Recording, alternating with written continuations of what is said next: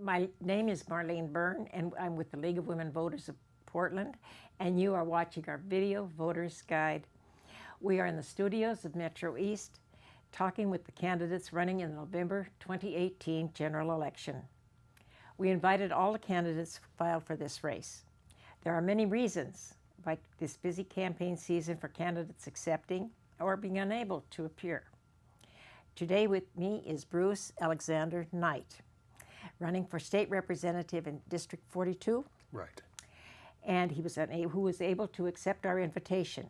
And we are sorry that Rob Nosey has been unable to accept our invitation. We urge voters to visit the League of Women Voters of Oregon website and use the League's 411.org Voters Guide for comprehensive coverage, where candidates may also choose to include more information, including their own YouTubes. And our first question for you would be, what is your top priority and how would you accomplish it as representative in District 42? Well, my top priority is to protect individual rights of our citizens. Libertarians believe that you have the right to run your own life as you see fit, provided you respect the equal rights of others. That's my top priority. Everything else comes under that. Okay. And what steps would you take to ensure that more Oregonians are qualified and hired for Oregon jobs? Well, reforming our educational system is a big start on that. It's not going to happen overnight, and I don't have all the answers. But some of the things we can do include encouraging online education, homeschooling, that sort of thing. Government schools have not done the greatest job of educating our kids. I remember when, for example, civics education was a standard. You don't see that much anymore. So I think the state needs to encourage apprenticeship programs and alternative forms of education. Kids need to learn the things that they're going to have to function in this economy. Okay, and what you have been talking about sort of leads me into the next question. It says, how can the legislature provide adequate, stable, and long-term funding for public education? I believe the key to that is reducing the cost of that education. And some of the things I just mentioned would help with that.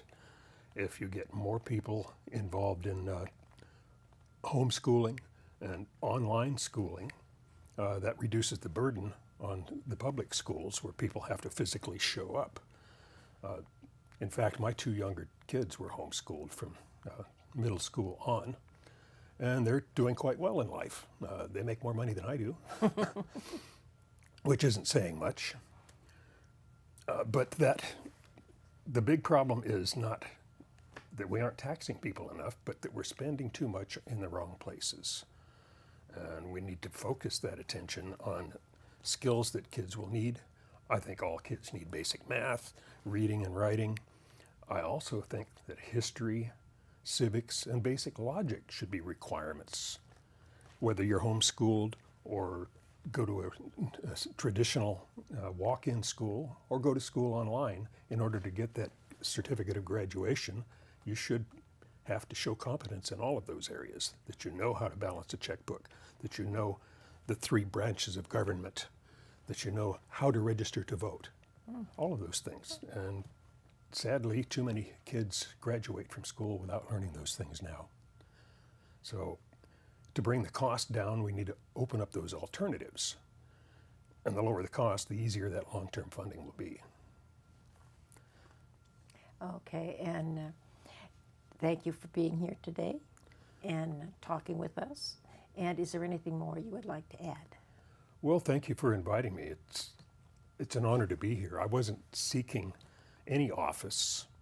I was surprised and honored when I was notified by the Libertarian Party that I had won their primary election. Our party funds its own statewide mail-in primary every election year. And apparently, libertarians in the 42nd District thought they should write my name down on that ballot. So here I am. I hope not to embarrass the party. I would love to represent all of you in the Oregon legislature even though it doesn't pay very much. And thank you for having me here. And thank you. And this has been Video Voters Guide, and thank you for watching. The general election is Tuesday, November 6th. Be sure to inform yourself about the candidates and the ballot measures and exercise your right to vote. Get registered now.